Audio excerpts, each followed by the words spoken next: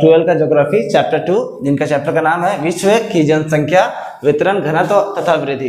यहाँ पर हम लोग विश्व की जनसंख्या के बारे में पढ़ेंगे कि जनसंख्या घनत्व क्या होता है, वितरण क्या होता है और वृद्धि क्या होता है। वितरण का मतलब होता है बंटवारा। चूंकि हमारा पृथ्वी गोल है और हमारे पृथ्वी पर 71% पानी है और 29% क्या है, पूरा का पूरा स्थल है। अब 21% स्थल में 29% स्थल में है, भूमि में सभी जगह पे जनसंख्या एक समान नहीं है, कहीं अधिक है और कहीं कम है। तो इन चीज़ों को हम लोग इसी चैप्टर में अध्ययन करेंगे और ये चैप्टर फर्स्ट बुक में भी है और सेकंड बुक में भी है। जैसा कि हम लोग ज्योग्राफी का इंट्रोडक्शन में पढ़े थे कि विश्व की जनसंख्या चैप्टर 1 में भी है और चैप्टर 2 में भी है, सॉरी बुक 1 में भी और बुक 2 में भी है। अब यहाँ पर जो विश्व की जनसंख्या है वो बुक 1 में है और भारत की जनसंख्या ये बुक 2 में है। ठीक है, तो आज हम लोग यहाँ पर विश्व की जनसंख्या बुक 1 के बारे में पढ़ रहे हैं। चैप्टर नंबर है 2, ठीक है, बुक 1। इस टॉपिक में, इस चैप्टर में जो भी हम टॉपिक पढ़ेंगे लगभग टॉपिक हमको बुक 2 में भी पढ़ना है। तो सबसे पहला आता है जनसंख्या घनत्व। जनसंख्या घनत्व क्या होता है? तो जनसंख्या घनत्व को हम लोग कहते हैं प्रत्येक वर्ग किलोमीटर में रहने वाले लोगों की जनसंख्या घनत्व कहलाती है। ठीक है, इसका दूसरा डिफिनेशन क्या है कि किसी क्षेत्र की निश्चित इकाई का मतलब होता है कि फिक्स क्षेत्र, निश्चित इकाई, जैसे 1 किलोमीटर में बसने वाले निवासियों की औसत संख्या। औसत का मतलब होता है एवरेज। ठीक है, हम लोग इसको ए से नोटेट करते हैं एवरेज। कहने का मतलब क्या है, किसी क्षेत्र की निश्चित इकाई जैसे 1 किलोमीटर क्षेत्र में बसने वाले निवासियों की औसत संख्या को हम लोग जनसंख्या घनत्व कहते हैं। इसको हम लोग एग्जाम्पल में समझेंगे, लेकिन इसको हम लोग एक सूत्र है, फॉर्मूलाज, जिसमें है कुल जनसंख्या बराबर बटा में कुल क्षेत्रफल बराबर होगा आपका जनसंख्या घनत्व।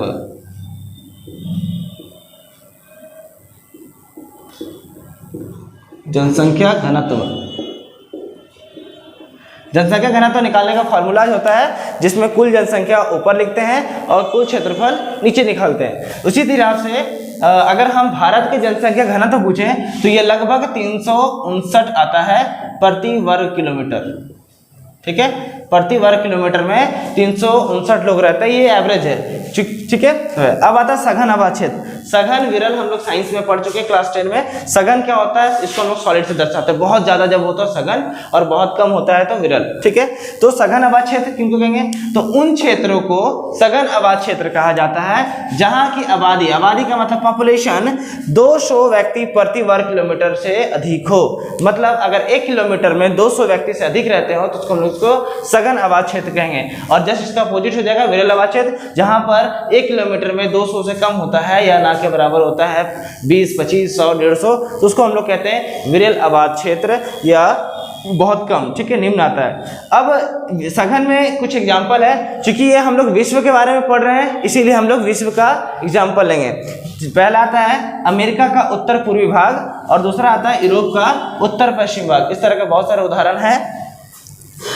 तो सघन आबाद क्षेत्र पढ़ लिए, विरल आबाद क्षेत्र पढ़ लिए। अब आता है जनसंख्या वृद्धि। जनसंख्या वृद्धि बहुत इंपॉर्टेंट टॉपिक है। जनसंख्या वृद्धि क्या होता है, तो जनसंख्या वृद्धि को बहुत सारे मतलब स्टूडेंट कह देते हैं कि भाई जनसंख्या का बढ़ना वृद्धि होता है, तो ऐसा नहीं होता। जनसंख्या घटना भी वृद्धि होता है। इसका डेफिनेशन है कि जब किसी निश्चित समय का मतलब 5 साल 10 साल, ठीक है, निश्चित समय में जनसंख्या के आकार में परिवर्तन को जनसंख्या वृद्धि कहते हैं। ठीक है, कहने का मतलब है जब किसी निश्चित समय में या निश्चित क्षेत्र में जनसंख्या के आकार में परिवर्तन होता है। क्या होता है, परिवर्तन, कम भी हो सकता है अधिक हो सकता है, तो उसको जनसंख्या वृद्धि कहते हैं। देखो यहाँ पे लिखा हुआ भी है कि यह परिवर्तन धनात्मक और ऋणात्मक दोनों हो सकता है। कहने का मतलब है अगर हम 5 साल का एक एज लेते हैं, 5 साल का लेते हैं कि 5 साल का है, अगर 5 साल का हम लेते हैं इंडिया का जनसंख्या, तो अगर 5 साल का इंडिया का जनसंख्या है और 5 साल का डिफरेंस लेते हैं, अगर फर्स्ट साल में मान लीजिए 1 करोड़ है, ठीक है, 1 करोड़ जनसंख्या है,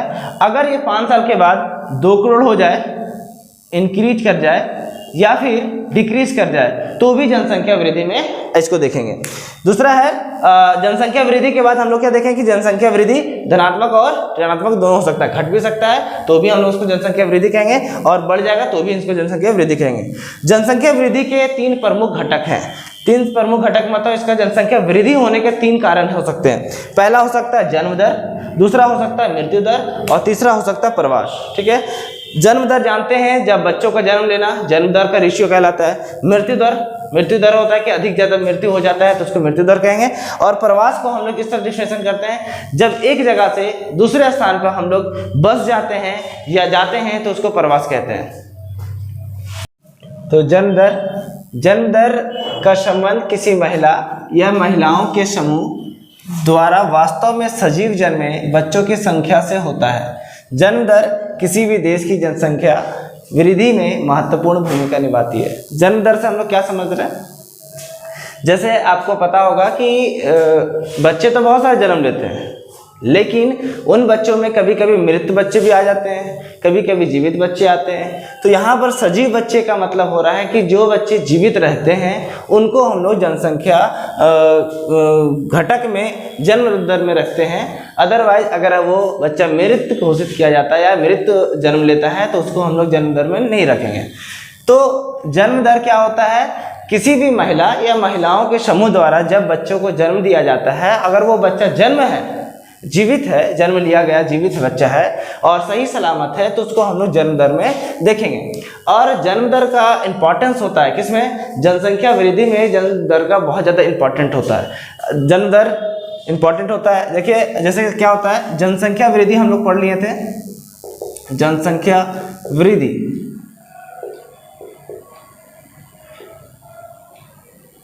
इसमें क्या पढ़े थे कि जनसंख्या बढ़ना और घटना भी दोनों पढ़े थे जनसंख्या वृद्धि में। तो जनसंख्या वृद्धि में जब बच्चा जन्म लेता है, अधिक जन्म लेगा तो भी जनसंख्या वृद्धि होगा, अगर कम जन्म लेता है तो भी जनसंख्या वृद्धि होगा। इसीलिए यहाँ लिखा हुआ जनसंख्या वृद्धि में महत्वपूर्ण भूमिका निभाती है। इसको हम लोग एक और वर्ड से जानते हैं जिसका नाम बोलते हैं प्रजननता।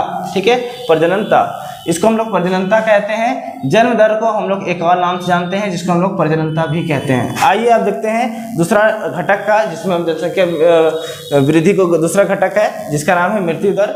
मृत्यु दर का मतलब होता है जिस तरह से यहाँ पर बच्चों का ज़्यादा जन्म होता है, उसी तरीके से यहाँ पर अगर मृत्यु अधिक हो, ठीक है, तो वहाँ पर हम लोग मृत्यु दर में देखते हैं। अब यहाँ पर चूंकि मृत्यु सिर्फ बच्चों का नहीं हो सकता, वयस्क का भी हो सकता है, वृद्ध का भी हो सकता है। लेकिन अगर जन्म दर में आप सिर्फ बोलिए कि सर बड़ों का जन्म, तो बड़ों का जन्म नहीं हो सकता क्योंकि बच्चे का ही जन्म होता है। लेकिन मृत्यु दर हम लोग किसी भी एज में हो सकता है, मृत्यु किसी भी एज को प्राप्त कर सकते हैं या होता है। तो मृत्यु दर जिसके द्वारा किसी क्षेत्र की जनसंख्या में कमी आता है, क्या है कि मृत्यु दर हम लोग उसको कहेंगे जब किसी क्षेत्र में जनसंख्या की कमी आ जाता है तो उसको हम लोग मृत्यु दर में देखेंगे।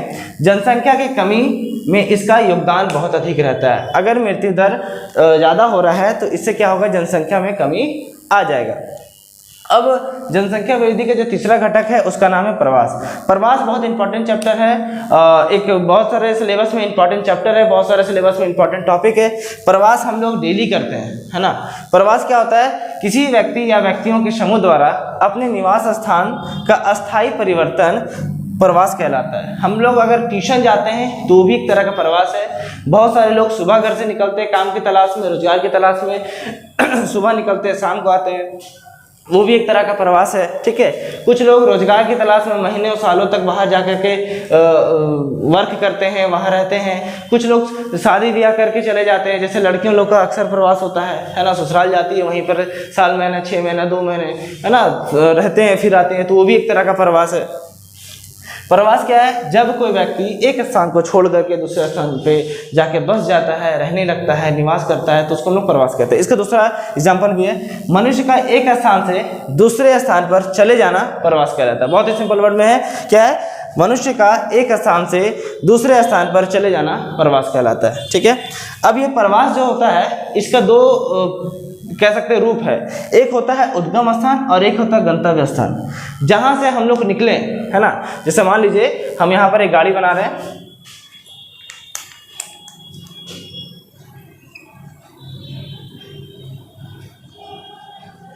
ठीक है, यहाँ का जो क्षेत्र है वो है दिल्ली, अच्छे से लिख दे रहे हैं हम इसको। दिल्ली से निकलता है और ये पंजाब की ओर रुकता है, ठीक है, पंजाब। तो दिल्ली से जब निकला कोई गाड़ी अगर दिल्ली से निकला और पंजाब में रुका तो गंतव्य स्थान पंजाब कहलाएगा, पंजाब कहलाएगा गंतव्य स्थान।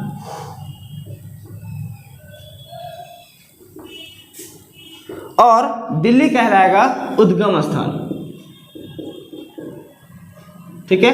तो क्या है उद्गम स्थान का? वह स्थान जहां से लोग चलते हैं, जहां से लोग चलते हैं, निकलते हैं, वो उद्गम स्थान कहलाता है। और जहां लोग जाकर के पहुंचते हैं, रुकते हैं, वहां पर हम लोग गंतव्य स्थान। जैसे ये गाड़ी दिल्ली से निकली और पंजाब में जाकर रुकी, तो दिल्ली क्या हो गया? उद्गम स्थान हो गया, और पंजाब क्या हो गया? गंतव्य स्थान हो गया। तो हम लोग ये प्रवास का टॉपिक पढ़ लिए। इसके बाद हम लोग प्रवास का प्रकार पढ़ेंगे, प्रकाश कितने तरीके से होते हैं, प्रकाश के पूरे डिस्कस करेंगे।